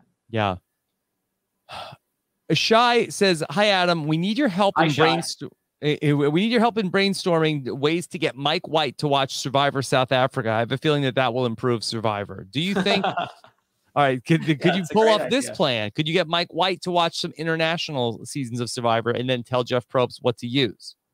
I don't know. Should I try to reach out to Mike White and be like, look, the fans are clamoring? Yes. White, do you have a relationship with Mike White like that? I mean, I know Mike White.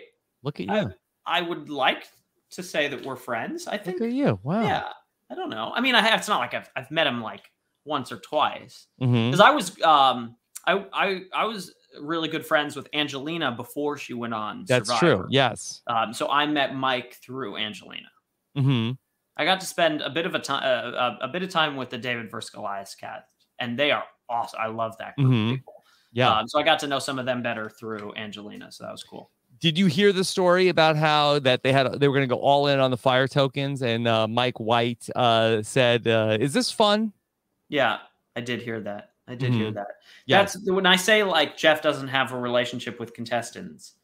I mean that for the most part. There are certain contestants that he has very strong relationships with. Yes, and they have a lot more influence over the game than. Yes. The ones he doesn't talk to. Would you have told Jeff to abandon the fire tokens? No. I like fire tokens.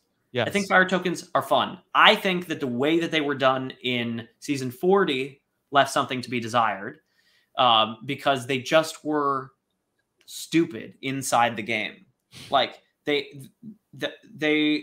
really only mattered at the edge. Do you know what I mean? Like, yes. couldn't do much with them unless somebody was sending you something from the edge, in which case they knew exactly how many tokens you had, and it wasn't really going to be up to you anyway. Do you know what I mean? Like, they knew what was going to happen for the most part every time they sent something into the game. And yeah, Tony had to like do the extortion thing and get a bunch of people to give him tokens. So there was some intrigue there, but for the most part, you had the tokens. They knew how many you had, and they just charged you whatever you had. So it didn't really matter if you had more. You know what I mean? So the way it worked there, not so hot, but I like the idea of having some currency in the game that can, and I think there's more that can be done with them for sure. Do you think they'll ever come back? Yeah, I think it'll come back. I think it'll come back. Like, why is that so much less fun than risk your vote, protect your vote? Like, I don't see the why that is so much more fun than fire tokens. Well, I think they just never establish what you do with them. Right. There's work to be done on them. Take a brainstorming session or two. I say that the fire tokens should be like the garnets in the Genius, and each fire token is worth $25,000. Great. Yeah. Yeah. Oh, yeah. Play with cash. Play around with cash in the game. It's like, this is, you know, okay, you're playing for, you know, $1.25 million, and there's going to be, you know, $250,000 in fire tokens, or you know, $500,000 in fire tokens.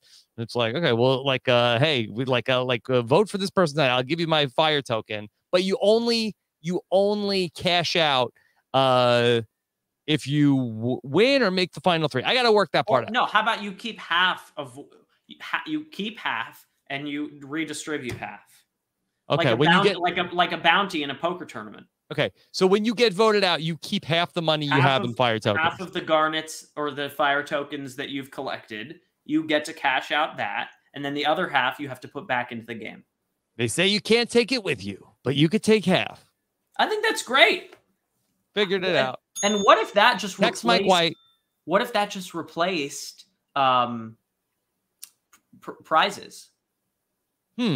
Instead of getting, so you didn't get money for placement, right? Instead of getting $2,500 for coming in last place, if you can collect 10 fire tokens and go out first, woo-wee! Yeah.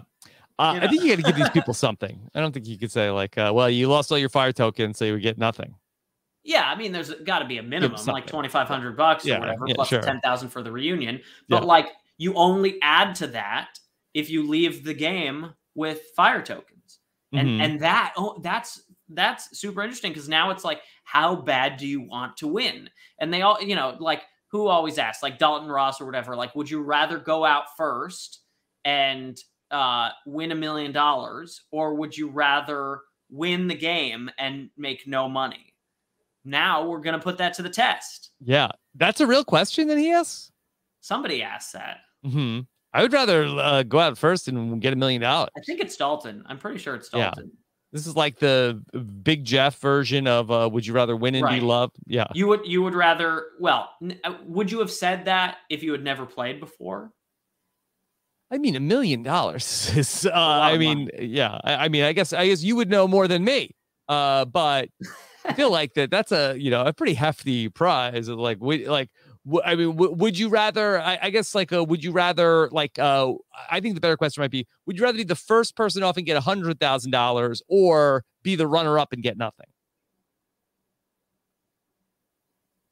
Oh, yeah, that's another tough question. Like, if you at least you were on the show the whole time, you got, yes, you got the whole adventure. You get to the end and you get no votes and no money. Or you could be out first, but you get $100,000. Yeah, that's also a good question. All right, Dalton, you listening? He's gotten a lot of shout outs this time, so that's the question for the 43 cast. Okay, how about that? That's a good question. Yeah, I got a couple of more questions for you. Colby Pickett has a question for you. As a Survivor insider, Adam, do you know how do they get those close-up shots of Brad in the bush without alerting the other players that he's there?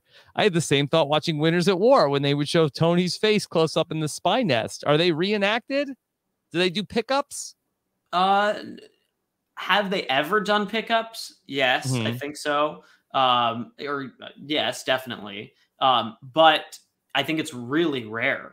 I think it's really rare. I think they really just try to be back enough where they can do it without giving it away. I mean, they're do the really camera people have their own job. spy shack? Yeah.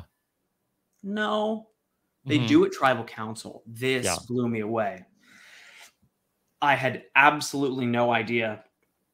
That's why I love that they showed that. There's a lot of things that I don't love about the way that I was edited on Millennials vs. Gen X, but what I do love is that they showed my face when I walked into Tribal Council, because I was so blown away by how immersive it was. That's what was so amazing about it.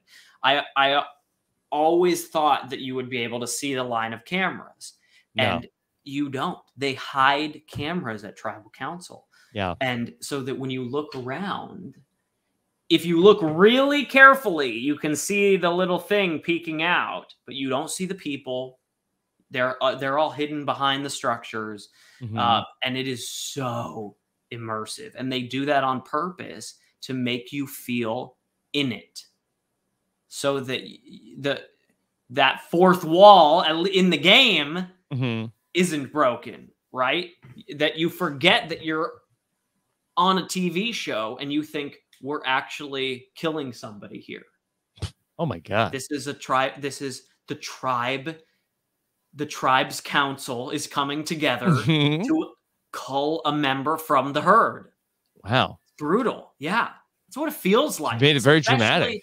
Well, early on, if you're an empathetic person, it feels bad to vote people out. It always felt bad to me pre-merge to vote for people. I do not like voting people out pre-merge. It's more fun after the merge. That's why I said, this is where the fun begins in Millennials vs. Gen X, because I really meant that.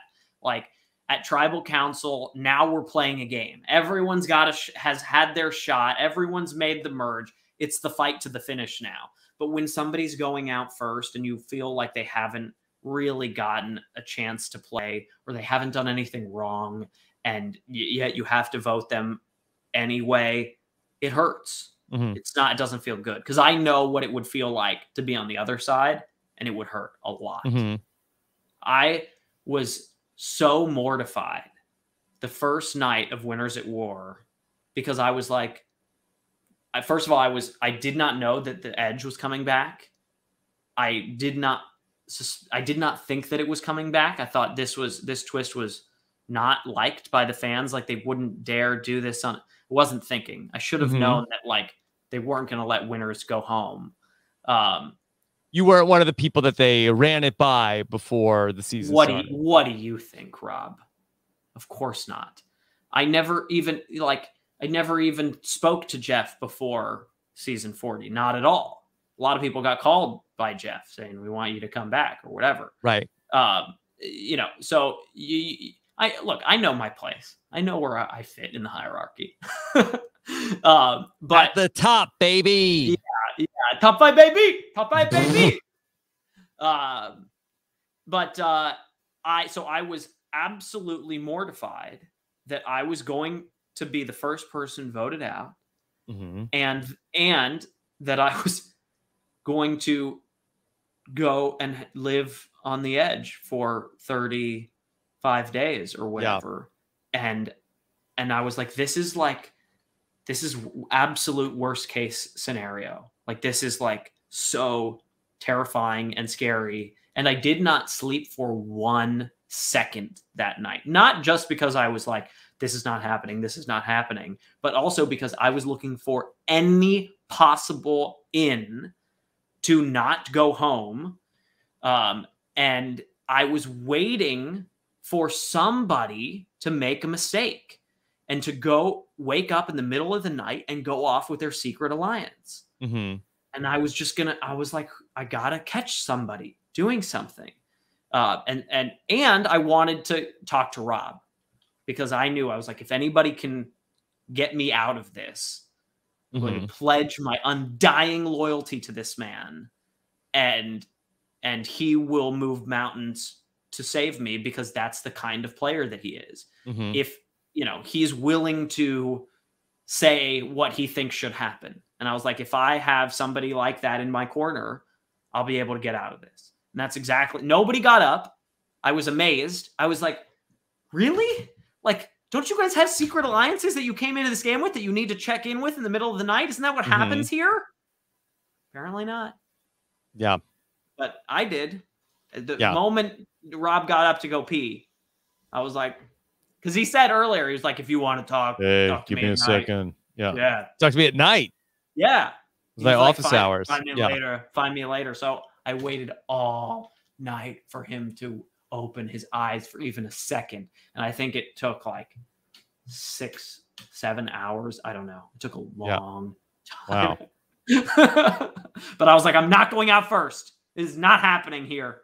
Mm-hmm. Sorry, Jeremy. I'm sorry, Natalie. Yeah. Well, you got to do what you got to do. Survival mode. Yeah. I got one more question for you. This is from... I don't know what the question was there. I know I talked for a while, but I tend to do that. Sorry. Yeah. You don't even remember. I don't recall. I don't recall what we were... Oh God. But it was good. It was good. Okay. Alec Hester says, just a comment, if you have time, Adams, after Adams went on his first season, he did a Reddit AMA where he said the best way to get cast on Survivor was to live a life worth being on Survivor. I just love for him to know that his advice inspired me to do just that. And was part of what led me to pursue the field of positive psychology, where I've been able to help other people on their own journeys. Funny, once you've lived a life worth being on Survivor, you don't feel like you need that goal anymore. Thanks, Adam, for constantly inspiring so many people. Wow. That is really, really cool. Yeah, and Alec is a great resource and a person to talk to. I've had him on the podcast before, and he's called into many of the patron podcasts and is a very uplifting person to talk to. Well, that was really, really nice. That and the fact that he like doesn't feel like he needs it. Yeah, you don't need it. Yeah, but wouldn't it still be fun? Wouldn't it still be fun? Yeah, that and Adam, I'm sure that you talk to people so much with casting. Sometimes I feel like that there are people that they genuinely are looking for the adventure, and I feel like that Voce was a person who seemingly has like his professional life in like a good spot, where that this was something that he wanted to do to go beyond Survivor and have this adventure, and I think that that's great. That I do have found people over the years, maybe that they are seeking out Survivor because that there is something that's missing in their life, and they feel like Survivor is going to, once I get on Survivor, then everything else will figure itself out. And that's not always the case. That's not the best reason to go on Survivor. Definitely not. However, I actually think the process of applying for Survivor, if you approach it the right way, can help you actually live that life and become a better person. Like, it's a very introspective process.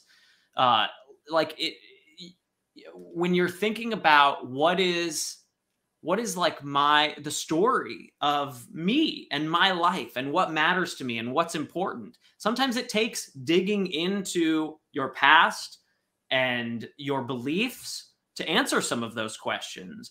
And if you're able to understand how and why you are the way that you are, and to be able to compellingly, articulately, passionately express yourself, getting better at the application process, I think is super beneficial for being able to connect better with people socially, being able to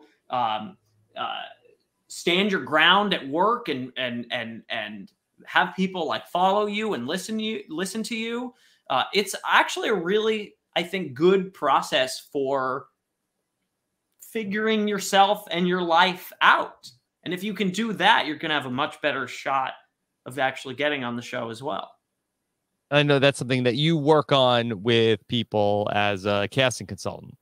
Yeah, and it's been a lot of fun. I really enjoy it. I've always wanted to help people. Like, people would send me their videos and I would, like, you know, respond over email or whatever. And I did a lot of that stuff. But when season 40 came around, more and more and more people started, like, asking me for help with it. And it got to the point where I started saying no to everyone because I didn't want to pick and choose. Do you know what I mean? And it just became, I couldn't say yes to everyone. There wasn't enough time in the day.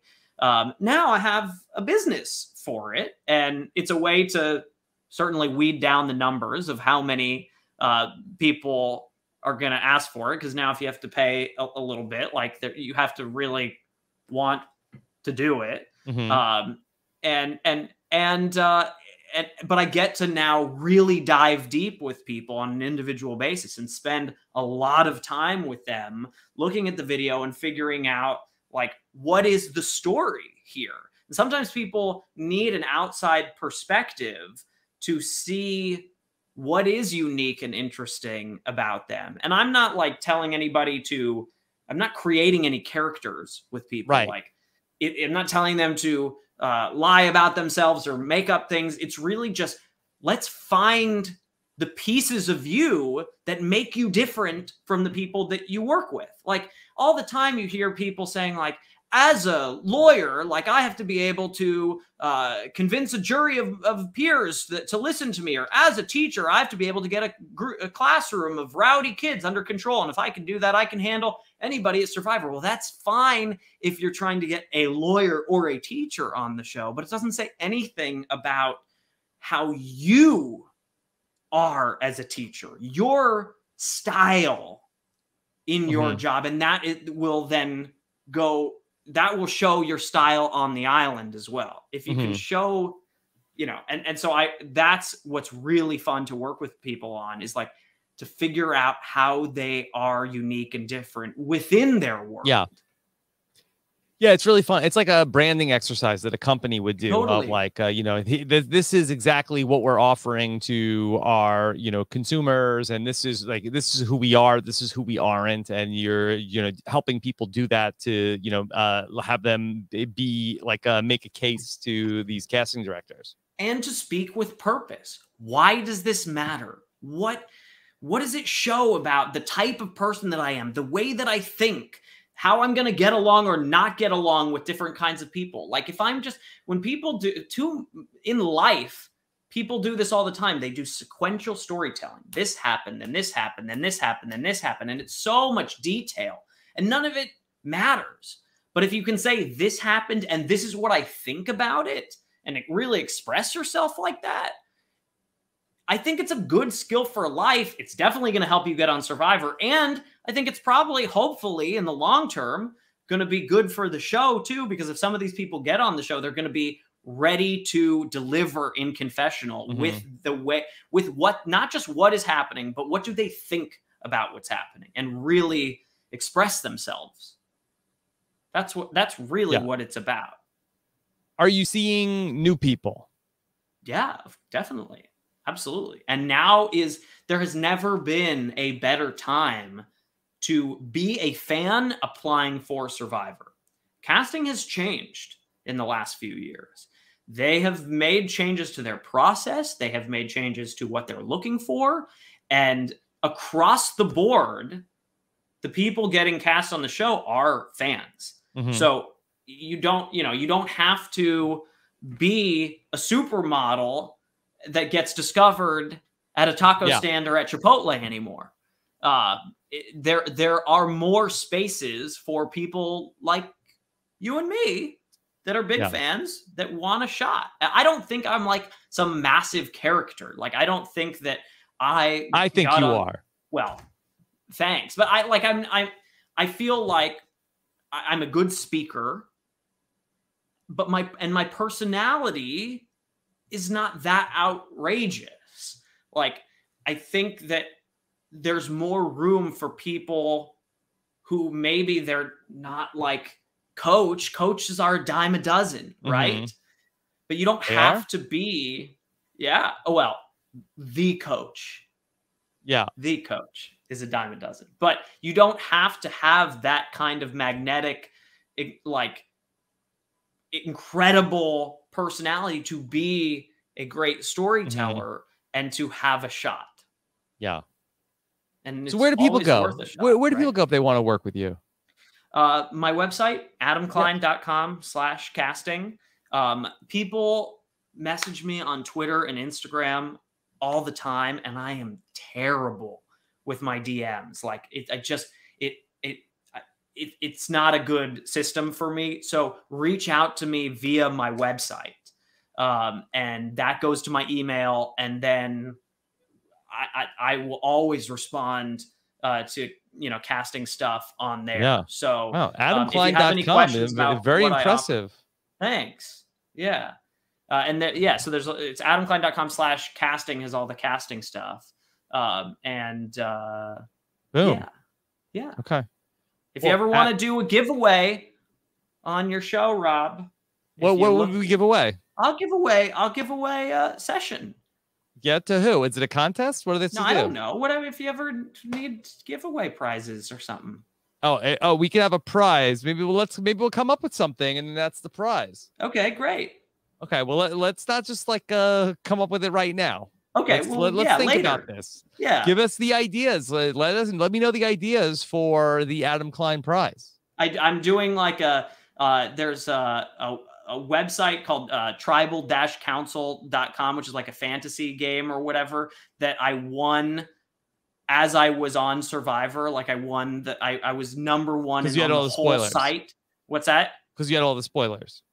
No, not for 33. I won it while I was on filming 33. I won the Korong season. Oh, I won my spoiler. Not my spoiler. What are you doing to me? I won my fantasy game and I won the prop best for the specialist. Like I won all these things. Yeah.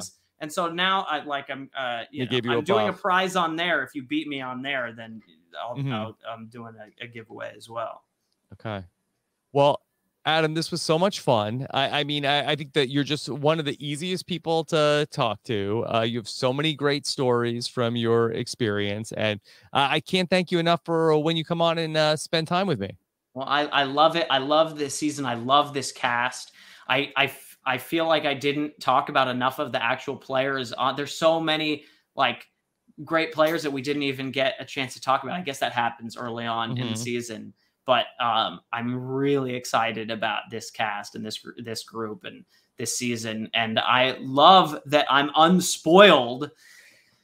Season 40, I obviously knew what was going to happen. And season 30, season 39, I tried to get spoilers so that I would be prepared for season 40. So it's been a long time since I've been, totally not known anything going into a season. So I'm super excited about that. And I get to play along with everybody. And you win all your drafts. And I get to win all my fantasy leagues. Although I had Sarah going out. I had Sarah in second place in my boot list, which is a disaster, total disaster. But I had met her before. She used to date the son of one of the this incredible woman, Diane, who runs a lung cancer organization in Boston. And I had spoken at one of their events, and I'd actually met Sarah, and she played in our charity poker tournament when we were raising money for Sunday's family. And she came in third place in that. So maybe I let my bias, I thought a lot of people had her in drafts. But she had a lot of potential, and I felt so sad for her. She was so heartbroken. Tough. Hate to see people go out early. Sorry, I'm still talking. You were trying to wrap up the show. Let's wrap it up. Well, Adam, again, thank you so much. Anything else you want people to know or check out? Rob has a podcast. Rob has a podcast. Thank you. Hashtag always check out RHAP. Hashtag Rob has a podcast. Yes. Hashtag Rob is the best. Wow. Triple hashtags. Yeah. That's like we're on the circle right now. And send that message. Yes. Wow. Adam, I can't believe you sent me this message. Oh my God, that's so sweet. Okay. Message Adam, hashtag podcast pals. Hashtag ask Adam Klein casting.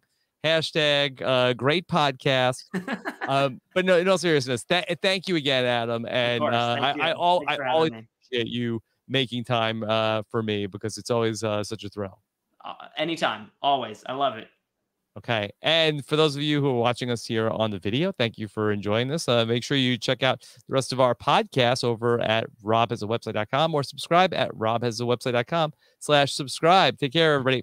Bye.